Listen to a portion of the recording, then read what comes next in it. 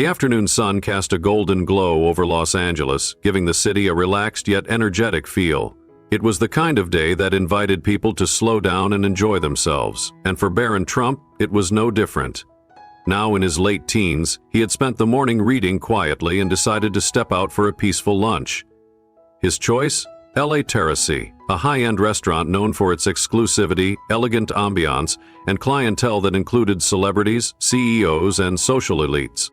Barron had been there before. He liked the serene atmosphere and excellent service, a place where he could enjoy a quiet meal without much fuss. But today would be different. He walked through the glass doors, dressed casually but neatly. One item stood out: the bright red MAGA hat perched on his head. It was something he wore naturally, not as a statement meant to provoke, but simply as a part of his identity, an expression of his beliefs. At first, everything seemed normal. The hostess greeted him professionally, escorting him to a corner table, a spot he often preferred for its privacy. The restaurant wasn't particularly busy, just a handful of patrons engaged in quiet conversation over fine meals and wine. Barron took his seat, opened the menu, and scanned for his usual order. He didn't notice it at first. The sideways glances, the subtle murmurs. A man at the next table nudged his partner, whispering something while casting a glance in Barron's direction. Near the bar, two waiters exchanged hushed words, their expressions unreadable. Then, the manager appeared. He was a middle-aged man, sharply dressed in a fitted suit, exuding the confidence of someone used to being in control. He walked briskly toward Barron's table, his expression tight, his movements deliberate. "Excuse me," the manager said, his voice carrying just enough volume to draw attention from the surrounding tables. "We have a policy against political apparel here. I'm going to have to ask you to remove the hat." Barron looked up, surprised but not rattled. He removed his earbuds and placed them neatly on the table. "I wasn't aware of any policy like that," he replied, his voice calm, steady, and polite. The manager gestured vaguely toward the entrance. "It's written in our code of conduct. We want this to be a neutral space for all guests." Barron tilted his head slightly, considering his options. He glanced around. Some diners pretended not to be listening, but others were openly watching the exchange, their curiosity undeniable. "I'm not trying to cause any trouble," Barron said, keeping his tone neutral. "I'm just here for lunch." The manager's expression hardened. "You need to take the hat off, or I'll have to ask you to leave." For a moment, there was only silence. Barron's expression remained unreadable. He wasn't angry, nor did he appear defensive. Instead, he simply exhaled, nodded slightly, and pushed his chair back. "If that's how you feel," he said evenly, "then I'll leave." The room fell into an awkward hush as Barron picked up his belongings. He left behind his untouched glass of water, walking out of the restaurant without another word. The door closed softly behind him, but inside, the tension lingered like a heavy cloud. A waiter, who had been watching from the bar, leaned toward the manager. "You think that was a good idea?" The manager waved him off dismissively. "We can't make exceptions," he insisted. "If we let him stay, it sends the wrong message. This is my restaurant, and I'll run it as I see fit." Outside, Barron paused for a moment, letting the warm California breeze brush against his face. He adjusted his hat slightly, reaffirming his decision to wear it, and took a deep breath.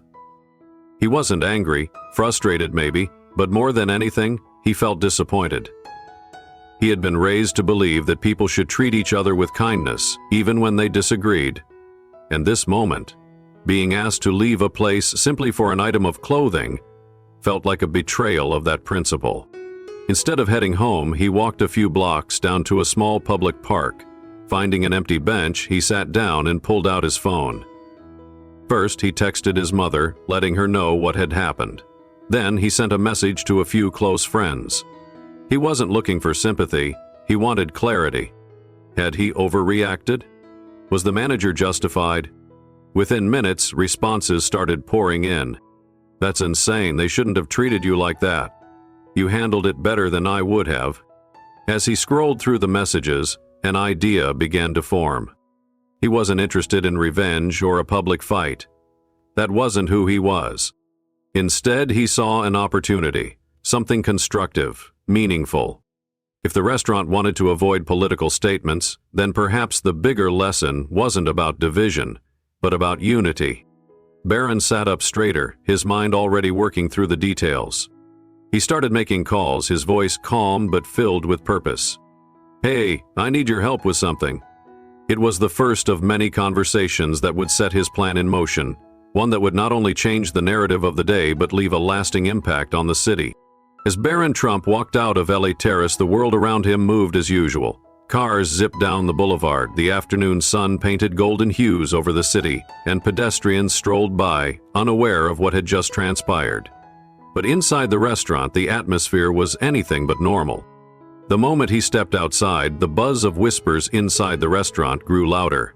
Some diners, still clutching their wine glasses, looked toward the door in disbelief. Others, seated just close enough to have heard the conversation, exchanged uneasy glances.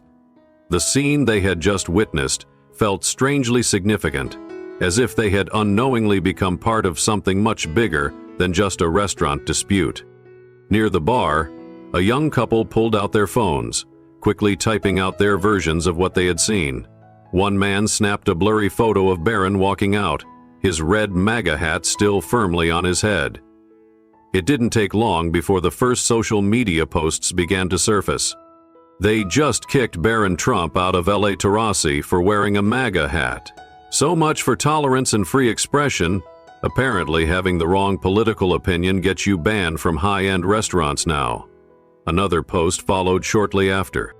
Private businesses have the right to set their own rules. If Barron didn't like it, he could have just taken the hat off. Within an hour, the story had begun to spread. What had started as a quiet lunch outing had quickly escalated into a public debate over free speech, private business rights, and political division in America. Barron, seated on a bench at a nearby park, scrolled through his phone as the notifications piled up.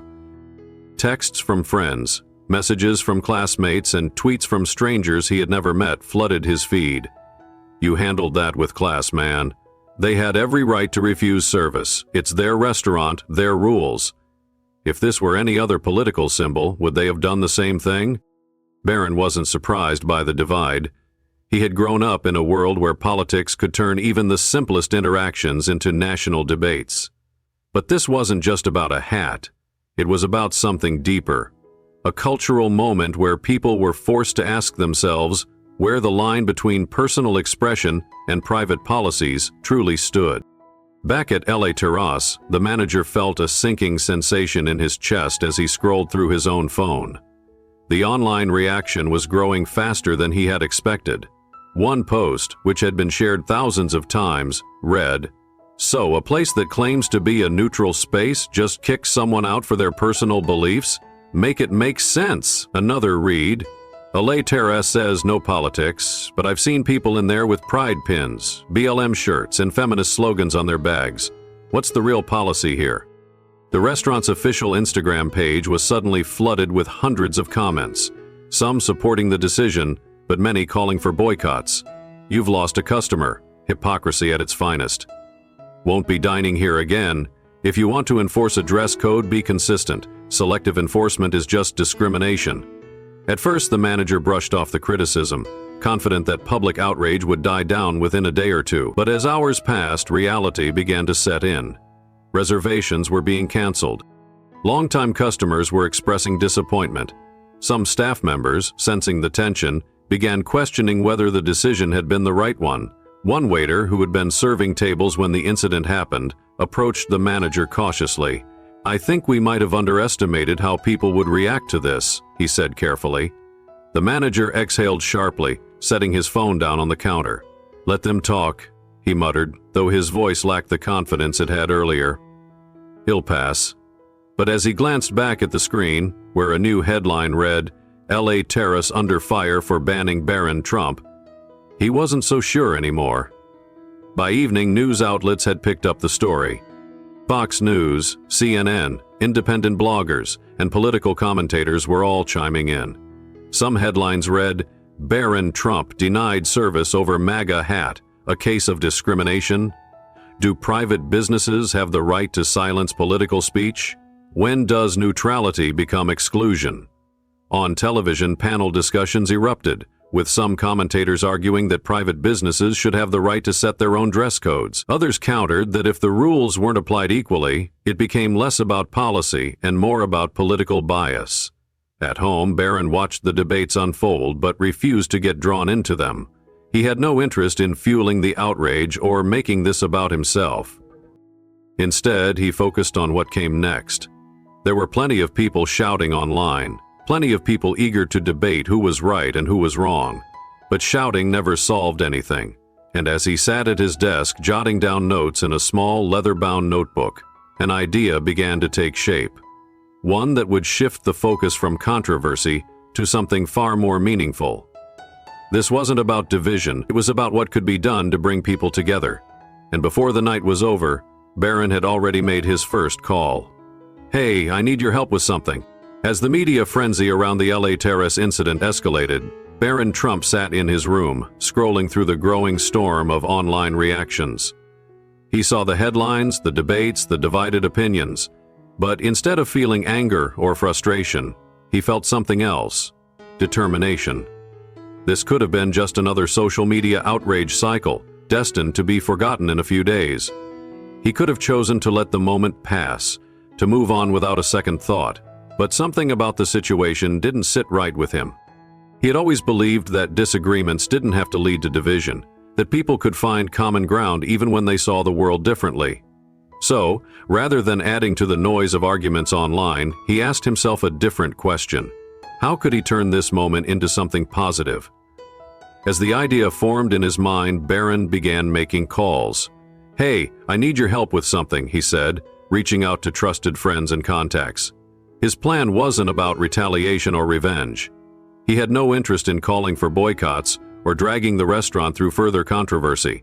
Instead, he wanted to shift the focus from conflict to connection, from division to dialogue. The first step? Organizing an event that emphasized unity, an event that would take place right outside LA Terrace, the very location of the incident. But this wouldn't just be any public gathering. It would be a fundraiser, a community event with a clear purpose: to support underprivileged communities and promote open conversation among people of different perspectives. Barron envisioned an event that wasn't about politics, but about people. A place where differences wouldn't be ignored, but acknowledged in a way that fostered understanding rather than resentment. Within hours, the pieces started coming together. He reached out to organizations that specialized in youth mentorship, dialogue facilitation, and community building. He secured commitments from local charities, food vendors, and even a few well-known figures who supported the idea of civil discourse. The message was clear. This wasn't about proving a point. It was about proving that kindness, respect, and dialogue could be stronger than outrage. Barron's network of friends and allies quickly mobilized. Some offered logistical support, while others helped spread the word. Within a short time, the event was officially in motion. The banner that would stand at the event's entrance read, "United we stand, building bridges, not walls." This wasn't about erasing differences. It was about finding a way to coexist despite them. Meanwhile, as Barron quietly worked on his plan, the debate over his restaurant experience continued to grow online. Critics on both sides of the argument became louder. Some condemned the restaurant's actions as intolerant, while others defended its right to set its own policies. But Barron wasn't interested in fueling the argument. While others were debating, he was building something real. As the fundraiser began to take shape, the contrast became clear. One side was focused on outrage, while the other was focused on solutions. And as word of Barron's event started to spread, the conversation slowly began to shift. People who had initially viewed him as simply a victim of intolerance now saw him as a leader choosing grace over conflict. Even those who didn't share his political views couldn't help but respect his approach. While Barron was working on his event, the fallout at LA Terrace was growing more intense. The restaurant manager, who had been confident in his decision to ask Barron to remove his hat, now faced a crisis he hadn't anticipated. The restaurant's social media pages were flooded with comments. Some supported the manager, but many more questioned the fairness of the policy. Reservations were being canceled. loyal customers expressed disappointment. And now, with Barron's fundraiser planned right outside, the manager found himself at a crossroads. Should he stand by his decision, even as it hurt his business? Or was it time to reconsider what neutrality really meant? By the time Barron's fundraiser was officially announced, it had already gained massive support. Social media posts about it began trending, with many people admiring how he had chosen to respond with grace instead of anger. Even some media personalities and public figures started praising his decision to turn the controversy into something constructive. Some reactions online included, "This is how you handle disagreement, with action, not outrage. Whether you agree with him or not, you have to respect the way Barron is handling this, turning a negative situation into a positive one. This is what leadership looks like." By choosing to build rather than tear down, Barron had changed the entire conversation. This wasn't about a hat anymore. It was about a bigger idea. The idea that even in disagreement, people could find ways to come together. And as the event neared, one thing became clear. This wasn't just about Barron Trump anymore. This was about proving that unity was still possible in a divided world. The morning of the fundraiser dawned clear and bright over Los Angeles. The usually quiet block in front of LA Terrace was now bustling with activity. Volunteers unloaded tables, chairs, and banners, while sound crews set up a small stage for speakers and musicians. The air buzzed with excitement as Barron Trump stood in the middle of it all, overseeing final preparations. This was no ordinary event. It wasn't a protest, it wasn't a rally. It was a message of unity, carefully planned to show that even in disagreement, people could come together for something greater than themselves.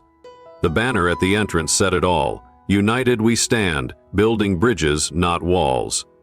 This was a fundraiser not just about raising money, but about fostering conversation and connection. By midday, people started arriving, and not just supporters of Barron or his political beliefs. The event had drawn a wide mix of attendees. Families brought their children, eager to show them the importance of respectful dialogue. Local activists, community leaders, and even people who initially disagreed with Barron's stance came to see what the event was truly about. There were booths set up for local charities, organizations focused on youth mentorship, and programs dedicated to fostering civil discourse. Food trucks lined the street, offering meals from a variety of cultures, emphasizing the idea that diversity should be celebrated, not feared. Live music played in the background, setting a welcoming and uplifting atmosphere. People who had only seen each other as political opponents online were now shaking hands, having real conversations, and engaging with one another beyond their differences. Barron wasn't just the organizer, he was actively involved.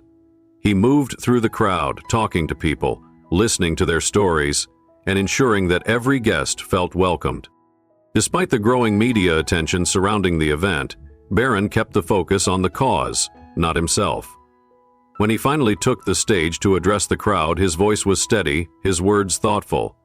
"Yesterday I was asked to leave a restaurant because of a hat," he began. "That's okay. I respect their policies, even if I don't agree with them. But what struck me wasn't just that I was turned away. It was the bigger picture. We've become so quick to judge each other, to take sides, to shut down conversations before they even start. That's not who we are. We can do better." The crowd erupted into applause, not just for his words, but for the truth behind them. He continued, "This event isn't about me. It's not even about them. It's about all of us, finding ways to listen, to understand, and to come together. The funds we raise today will go toward programs that promote unity, mentorship, and open dialogue. Thank you for being here and proving that unity is stronger than division." By the afternoon, the fundraiser had exceeded expectations. Donation boxes overflowed with contributions, both from those attending in person and from online supporters who had been following the event's progress on social media. Some attendees even approached Barron to tell him that they had come with skepticism, but were leaving inspired. One man, who admitted to initially siding with the restaurant, shook Barron's hand and said, "I didn't think I'd agree with you on much, but I respect how you've handled this. We need more of this kind of leadership." The event was more than just a reaction to an incident. It had become a statement about the power of grace, understanding, and turning negativity into something constructive. And as Barron stood among the people, watching them connect, talk, and engage, He knew this was only the beginning of something far greater than himself. As the fundraiser gained momentum, the conversation around Barron Trump's restaurant incident began to shift. What had started as a polarized debate with some defending the restaurant's decision and others condemning it was now evolving into a larger discussion about unity, leadership, and the importance of civil discourse. Initially, media outlets had framed the incident as another political flashpoint, with headlines debating whether businesses had the right to enforce dress codes that extended to political apparel. Social media was filled with heated arguments, some supporting Barron and others backing LA Terrace. However, as news of the fundraiser spread, the narrative changed. People who had previously viewed Barron as simply a victim of intolerance now saw him as something more, a leader who chose grace over conflict. Instead of reacting with outrage, he had responded with action. Instead of engaging in online debates, he had organized a community event that promoted understanding rather than division.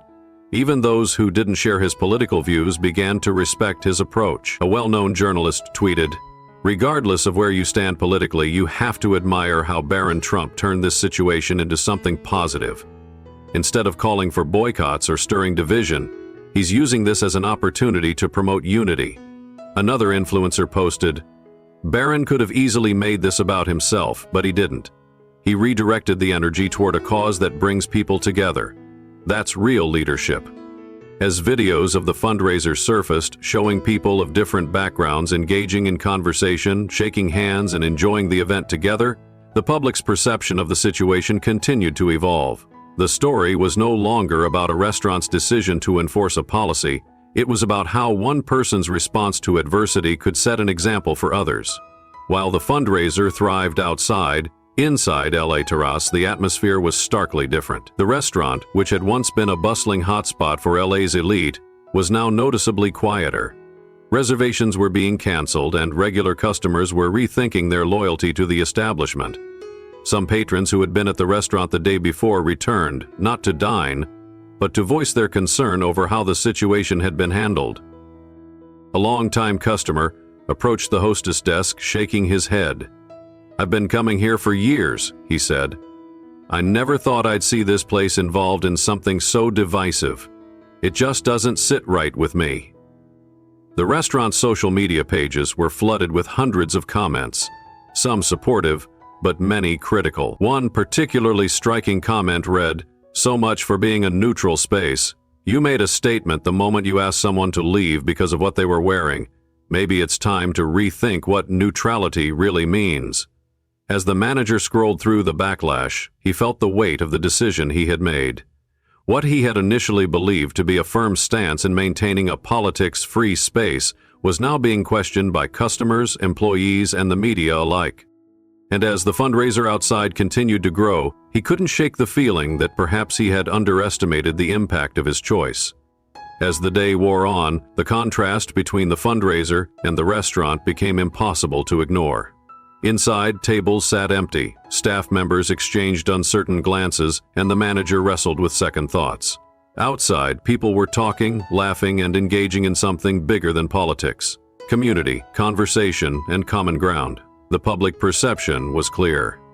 While the restaurant had sought to avoid controversy, it had instead found itself at the center of a national conversation about fairness and inclusion. And as more people took notice of Barron's composed and thoughtful response, admiration for his actions only continued to grow. For the first time since the incident began, it wasn't Barron who had something to prove. It was LA Terrace and its leadership. Inside LA Terrace, the manager sat at his desk, scrolling through the endless flood of messages that had taken over the restaurant's social media accounts. Criticism had reached new heights.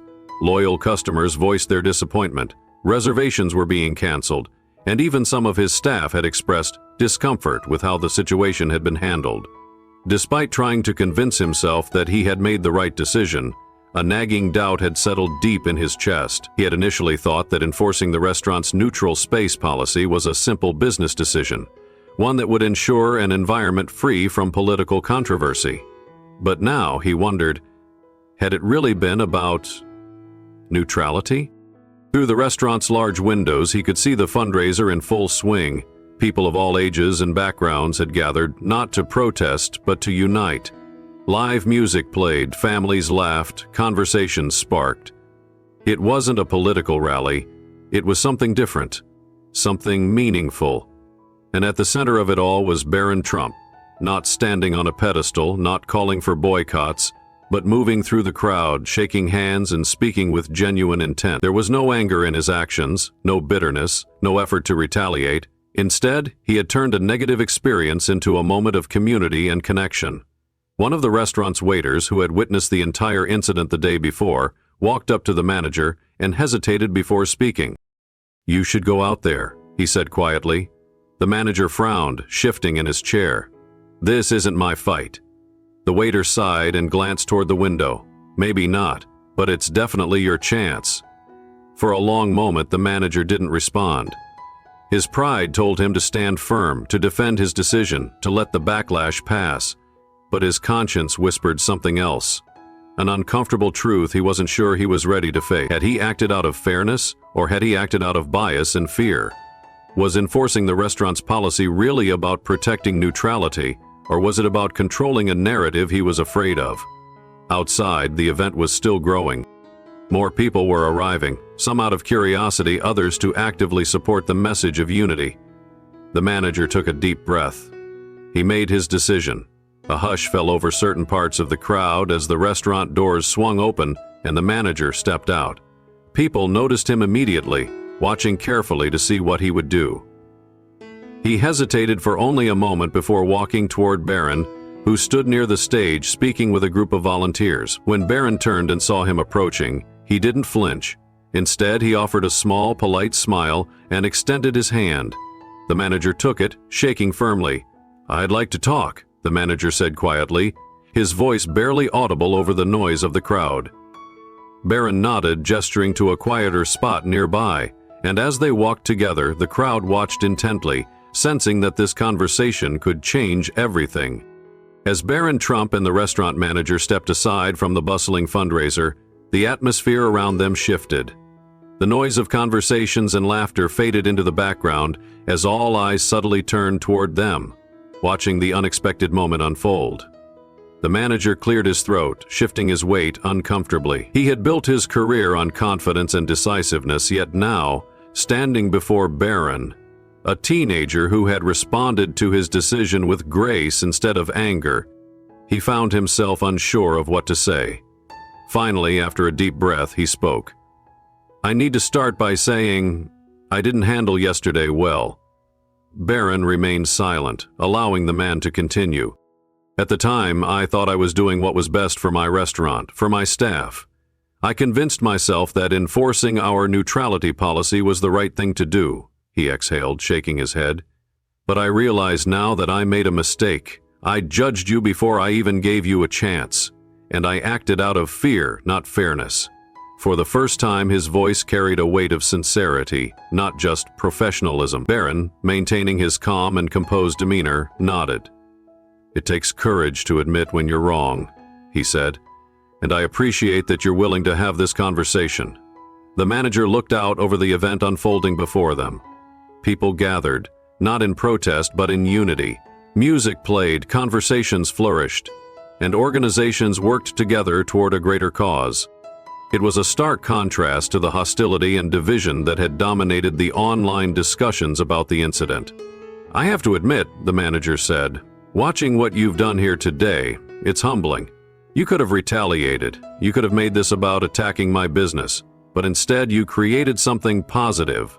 Barron offered a small smile. "I don't think the world needs more anger or division," he replied. What happened yesterday could have just been another argument in an already divided world, but I wanted to show that there's a better way." The manager nodded slowly. "And you did." A brief silence hung between them before he gestured toward the event. "I'd like to support what you're doing here. If there's a way for me or the restaurant to contribute, I'd be happy to." Barron considered the offer for a moment before responding. "I think the best way to contribute is to reflect on how we treat each other. Policies are important, but they should never come at the expense of kindness and understanding." He paused before adding, "Maybe LA Terrace could host an event like this, something that brings people together instead of pushing them apart. The manager blinked, clearly caught off guard by the suggestion. But then, slowly, a small, genuine smile tugged at the corners of his mouth. "That's a great idea," he admitted. "Let's make it happen." They shook hands again. This time, not as two people divided by an incident, but as individuals working toward a shared goal. The crowd, sensing the resolution, erupted in applause. It wasn't the forced, polite clapping of onlookers, but a genuine display of support and admiration. Barron had turned an act of exclusion into an opportunity for unity, and now even the person who had once stood against him had become an ally in that mission. Several attendees walked up to shake hands with the manager, showing that change was possible when people were willing to listen and grow. One onlooker, a woman in her 60s, turned to her friend and said, "This is what leadership looks like, not just pointing fingers but bringing people together." As the event wound down, Barron took the stage one last time, looking out at the faces of those who had come together to support the cause. "We all make mistakes," he began. "What matters is how we choose to grow from them." He glanced over at the restaurant manager, who now stood among the attendees, not as an adversary, but as a participant in something bigger than himself. "Today wasn't just about raising money," Barron continued. "It was about showing that even when we disagree, we can still find common ground." The crowd erupted into cheers, their voices filled with hope and optimism. And as the sun set over Los Angeles, the event ended not just with donations and goodwill, but with a message that would resonate far beyond that single afternoon. A reminder that understanding is always stronger than division, if only people are willing to listen. As the sun dipped below the Los Angeles skyline, the fundraiser outside LA Terrace began winding down, but the impact of the day was only beginning to take shape. The event had started as a response to conflict, but by the time it concluded, it had become a symbol of unity, grace, and transformation. Barron Trump stood near the stage, watching as attendees lingered in conversation, some exchanging numbers, others reflecting on what they had witnessed. He could see it in their expressions. This wasn't just another event, another moment of internet outrage that would fade away in days. It had turned into something deeper, more lasting. As Barron took the stage one final time, the crowd quieted, eager to hear his closing thoughts. "A few days ago," he began, his voice steady but thoughtful, "I walked into a restaurant expecting to have lunch. I didn't expect to be asked to leave because of a hat, and I definitely didn't expect it to turn into this." Soft chuckles rippled through the audience, but his tone quickly turned more serious. But what happened next mattered more than the incident itself. "I could have been angry. I could have lashed out, called for boycotts, fueled more division. Instead, I asked myself, what's the bigger picture here? What can we learn from this?" He paused, scanning the crowd. "The truth is, we live in a time where it's easy to react with outrage. It's easy to pick sides, to see people as opponents instead of individuals. But what if, instead, we chose to listen? What if we chose to build something instead of tearing each other down?" Nods of agreement spread through the crowd.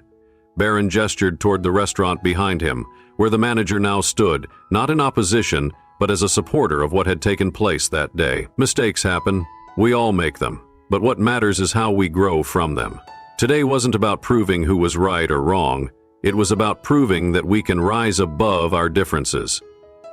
The audience erupted in applause, not just for Barron, but for the message itself. A reminder that even in a world often defined by division, change was possible.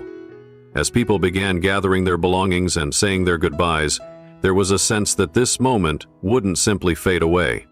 News crews had covered the event, and social media was already buzzing with videos and reflections from attendees. A viral tweet from one guest read, "This wasn't about politics. This was about people coming together, choosing understanding over anger. A lesson we could all learn from."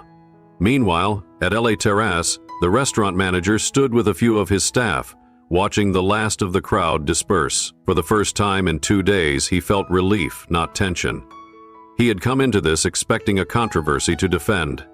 But instead, he had found a lesson in humility, in listening, in changing for the better. One of his employees turned to him and said, "So, what do we do now?" The manager exhaled, then offered a small, knowing smile. "We do what Barron said. We grow." And with that, a new chapter began, not just for the restaurant, not just for Barron, but for everyone who had witnessed what real leadership and unity could look like. As we age, we gain a deeper understanding of life, relationships, and the importance of perspective. The story of Barron Trump's experience at Les Terraces is not just about a restaurant incident. It's a reflection of how we respond to conflict, how we choose to treat others, and how we find meaning in moments of adversity. For older adults, this story holds timeless wisdom, reminders of patience, dignity, and the power of choosing understanding over division. Throughout life, we face moments of rejection, misunderstanding, and even unfair treatment. In those moments, we are given a choice: react with anger and resentment, or respond with dignity and wisdom. Barron was put in a difficult situation. He was asked to remove his hat or leave the restaurant. Instead of making a scene, he chose to leave quietly, carrying himself with grace, and choosing not to escalate the conflict. This teaches us an important lesson. How we respond to difficulties defines who we are, far more than the difficulties themselves. Dignity and self-control are powerful tools that earn respect, even in disagreement. In our own lives, we've all had moments where we felt excluded or misunderstood. Perhaps a family member dismissed our opinions, or a friend hurt us with their words.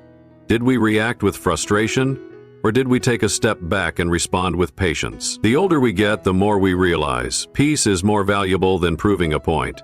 Instead of dwelling on the incident or seeking revenge, Barron asked himself a critical question: how can I turn this into something positive? This mindset is a lesson for all of us. Life will always bring challenges, but what we do with them is what truly matters. Instead of letting conflict define us, we should ask, how can I learn and grow from this? Many of us, especially those with long years of wisdom and experience, can reflect on times when adversity led to growth. Maybe a setback in our careers led to a new opportunity. Maybe a disagreement with a loved one helped us understand them better. The lesson here is simple: challenges don't have to end in division. They can be stepping stones toward something greater. One of the most powerful moments in this story was when Barron and the restaurant manager found common ground. Initially, the manager stood firm in his decision, but over time, he reflected, admitted his mistake, and was open to change. Instead of continuing to stand against Barron, he joined him in supporting the fundraiser and working toward unity. This is a lesson in leadership. Leadership isn't about pride, it's about humility and the willingness to grow. True leaders don't just argue their point, they seek ways to bring people together. For many of us who have spent decades raising families, leading businesses, or guiding communities, this lesson resonates deeply. Real influence comes not from forcing our views on others, but from finding ways to connect despite our differences. Have we been mentors and guides in a way that fosters unity rather than division? Even in family disagreements, are we willing to listen and seek solutions, or do we let pride keep us apart? The best leaders are the ones who know when to extend a hand instead of pointing a finger. The restaurant manager initially thought he was doing the right thing.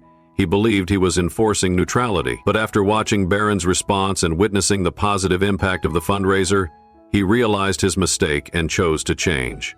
This reminds us that growth doesn't stop at any age. We are never too old to learn, to change, or to improve how we treat others. Admitting we were wrong doesn't make us weak, it makes us stronger.